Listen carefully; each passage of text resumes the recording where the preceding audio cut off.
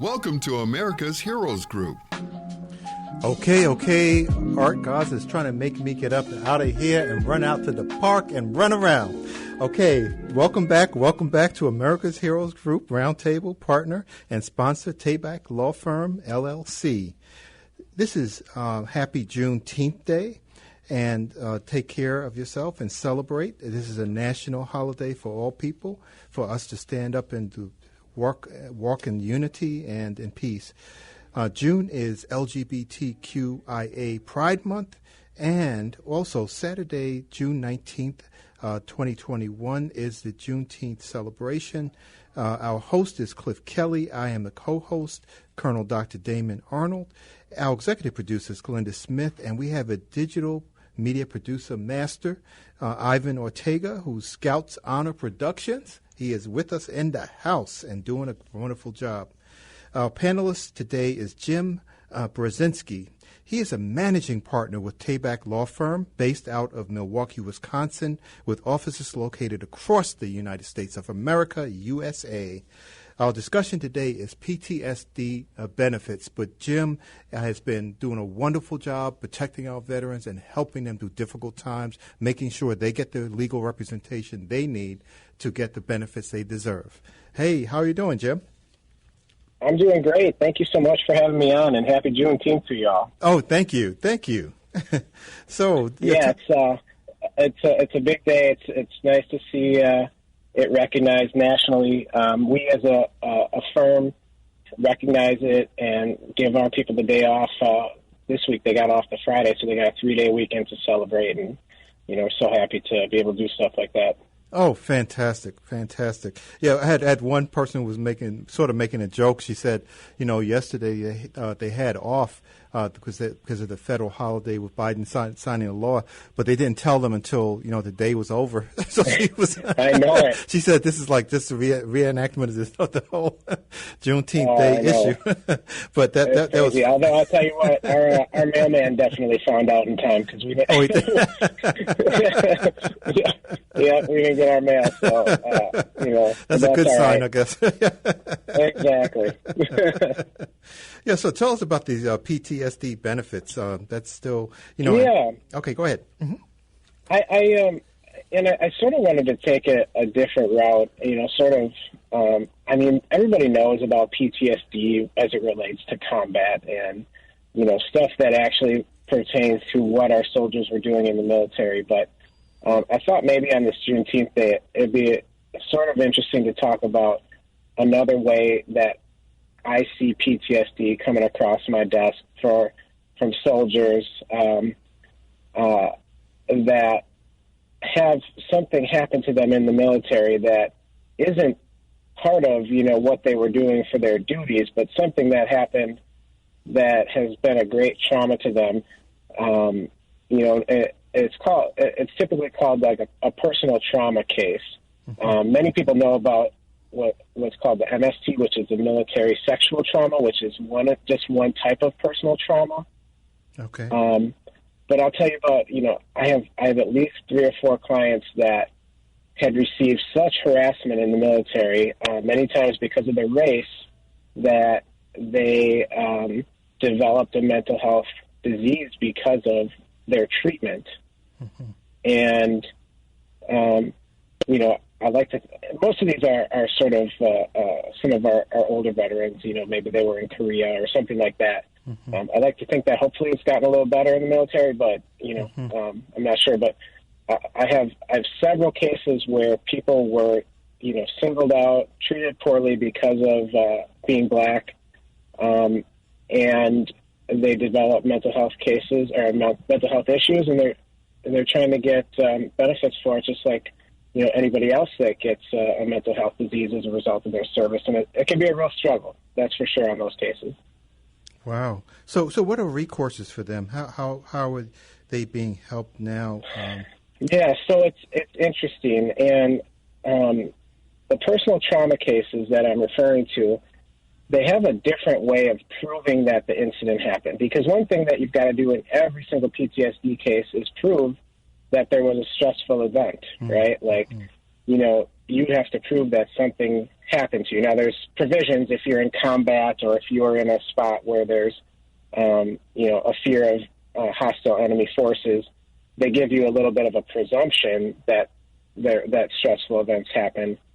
But when you are claiming PTSD as a result of anything that's not related to combat, you have to literally prove that event happened to you. So I'll give you an example. I have a veteran who was in Korea, and he had a run-in with one of his superior officers, and was basically put in the brig or incarcerated while he was over there. And he said what was happening was his commanding officer, who was white, didn't get along with him, used every racial slur under the sun. And when he was locked up, he said that every day there would be basically these tests of the missile sirens, okay? And while he's locked up, they'd be testing the sirens. He was in South Korea, just across the border. They'd be testing the sirens, that they would play should North Korea come south. And while he's locked up, he's hearing these sirens, and he doesn't know, is it a real or a drill? Right. So, and he said, they'd have these drills every day. And every day, his commanding officer would come while he was locked up, tell him that it was not a drill, and that he's going to be the first one that they get because he can't get out of his cell, and then his commanding officer would leave. You got to be kidding. Okay, so that's no. So, yeah, it's just disgusting. And so, so this happened, and because of the nature of what was going on, it's like, well, how do you prove that something like that was happening, right? Because it's not going to be in any books. They're not going to have it in logs, or, there's not going to be service treatment records, military records, nothing. So it's all his word. Well, when you have something like that, that's a personal trauma case, there's a different way that the VA will allow you to prove prove your case, basically. And the way that they do that, rather than having actual proof, is they look for these things called markers. And it's the same if you had like an MST case, like a military sexual trauma case, or, a physical assault, a mental assault, emotional harassment, whatever it is. They prove these cases by looking for markers. And what is a marker? A marker is something that you can show that changed in a person's life, whether it be they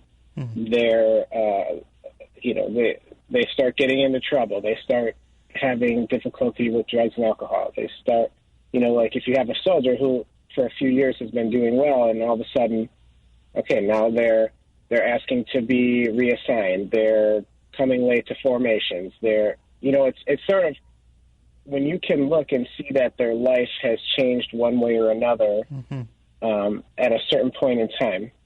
So those are considered markers.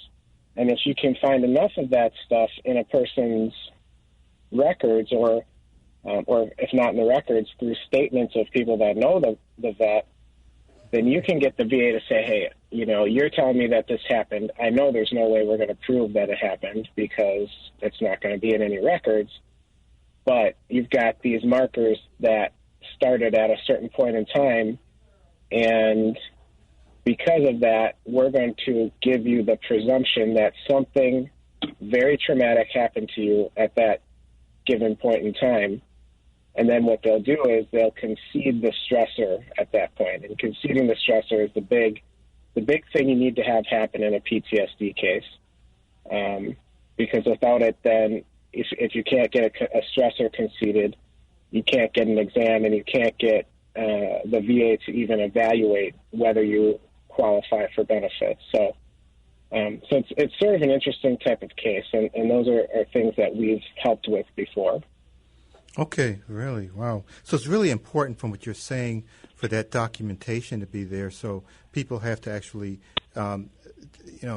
talk about these stressors, like if it's let's say it's a couple that's married, and the significant other, the partner, may have some experience with, well, this person is waking up at night, or they're that this is not the person I knew before. Yes, exactly. Or moms, dads, brothers, sisters. Mm-hmm. If you can find stuff that's actually while they're in the service, it's the best, but that's not the end of the analysis. If you can't, if you can get enough people to say, hey, this person changed, and it changed right from the point when they got out of the military, that's something where you can get the VA to admit that a personal assault may have happened, to the point that they'll then give you a C&P. Now, of course, conceding the stressor is not the end of what you need to have proven to win your case. Conceding the stressor basically just gets you a compensation and pension examination with one of their mental health professionals to, which, I'm sure you're familiar with those, that's when they actually give you a diagnosis and tell you how bad it is, and then give an opinion as to whether what you've got going on is related to what the military concedes happened to you in the service. Okay, right. And then what about the situation where the person has something that's going on and it gets worse over time?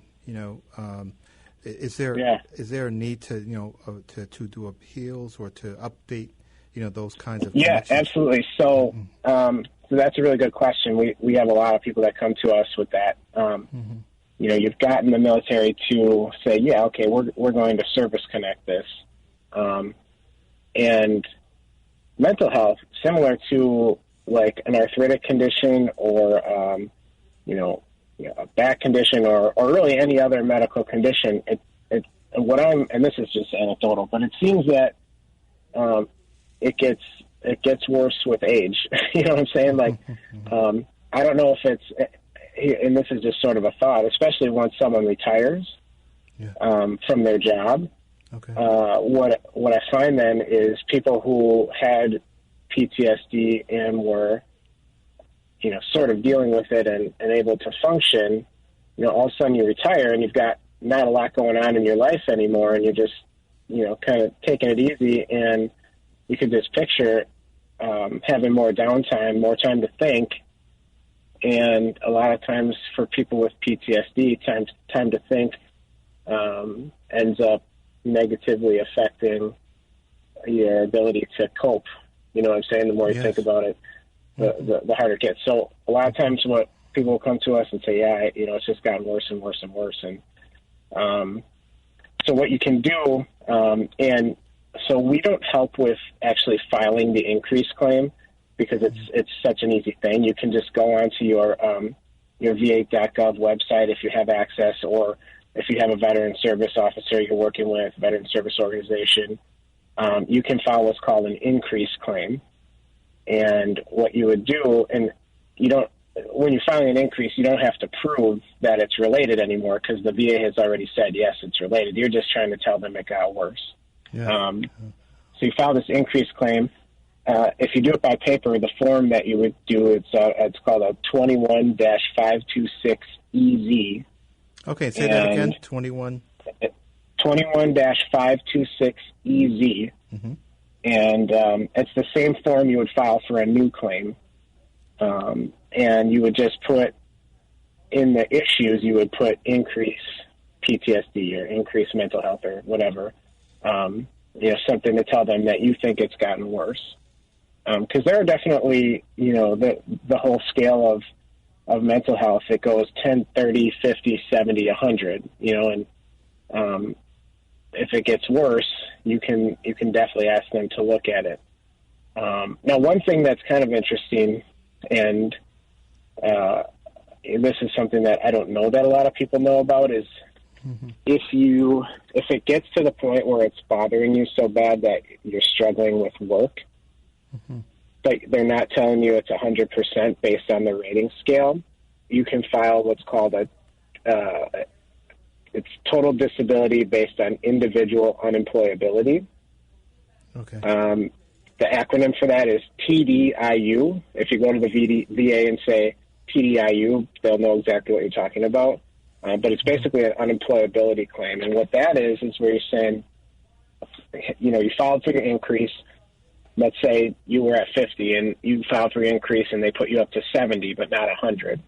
And you say, well, maybe I'm not 100, but I keep getting fired from work. I can't handle, my job. I can't deal with bosses, can't deal with authority, whatever it may be. You then go in and file this claim for TDIU, where they look at your background and compare that with your symptoms to make an analysis of whether they think you are likely to be successful in a competitive employment opportunity. Okay. Yes. So have you heard about TDIU before, or do you know about that? No, Sure I have not. No. Okay. Yeah, so unemployability, it's where you say, I'm only 70%, but I can't work because of my condition. And it could be any condition. It doesn't have to be mental health. It could be bad back. It could be, bad feet or whatever. And it could be a combination of things. It could be, your back is 30, your mental health is 50, you got migraines at 30. It could be any number of things that's making it so that you struggle to work. And you ask the VA to look at your symptoms along with your background. When I say your background, the things that they'll look at: your education, your work experience, and then they're not. The one thing they're not supposed to look at is your age. Age does not matter. Okay. Yes. So that makes sense. Yeah. They'll look at and one thing that's really an interesting thing is that people who retire, after they retire, you can still file for TDIU even though you have no intention of going back to work full time, because they're not allowed to look and see if you're retirement age. If they can't say, well, you would be retired because you're 65 already anyways. That's not allowed. They have to look at you as if you file TDIU, they have to look at your application as if you are a person who would try to work no matter what age you are. So a lot of my clients who are older that have significant conditions, when I suggest TDIU for them, they kind of, look at me like, why would I do that? I'm retired. Well, yeah, you're retired, but the law does not care that you're retired. The law cares that if you wanted to work, could you work? It's not, you know what I'm saying? Like, so even someone who's well over the age of 65, if their impairments are significant, should think about trying for TDIU, because what TDIU does is it gets you all the benefits of being 100% disabled without actually equaling the 100% disability criteria through the rating scale. Oh, wow. That's amazing. Yeah. And especially this day and age, I always laugh because some of my friends always say there's no such word as retirement anymore. So right? we're all in the workforce until... That's true. That's very true. And, and even like, maybe some people had a goal of retiring and then, doing something part-time where, maybe they make a little bit of money, but it's not a full-time career anymore. And if you can't do that, you should still be compensated based on what the law says.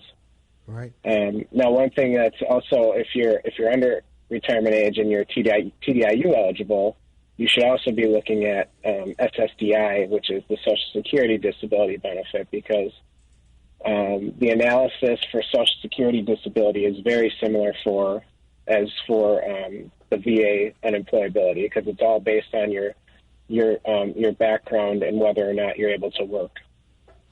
Wow. So you can double dip there. Yeah. Okay, great. So that's the SSDI. I was wondering about that because, if you serve in the military, they will sometimes, I think they decrease your Social Security benefits if you're receiving, a retirement pension or all that kind of stuff from the military. So I'm not exactly sure how that works and whether that is something that, can be affected by your disability status. The decision. And it all depends, and those payments can be VA payments, can be as well. But there's certain exceptions that you can look for. If you're over a certain percentage of disability, they're supposed to pay you both and things like that. So, what I would suggest to people is that it's worth looking into. If you have any VA-connected condition and it's affecting your ability to work, I've seen people get it for all kinds of things, and especially when you're working with an attorney like us, we've got experts that we will get on these cases that will give opinions about restrictions, lifting restrictions, standing restrictions. We've got vocational experts that will look and say, okay, with these restrictions and this work background and education history, these jobs are Jim, either likely or unlikely. Quickly give a place that because we ran out of time, but give a number where people can contact you and Sure. Tabak Law. Mm-hmm. Absolutely. Our VA department main number, it's 414-375-1735. We've got two attorneys, Monica Ireland Karras, who I know you talk to quite frequently, and she loves being a guest on the show, and myself, Jim Brzezinski. You can ask for either one of us, and we'd be happy to talk about any issues related to VA compensation benefits. Fantastic. Thank you. As sponsor, Tabak Law Firm. Tabak for the payback. If you're a veteran, call them. Call them, 414-375-1735. Thank you for what you do for our veterans. And we are going to a commercial break, and we'll be right back. Thank you.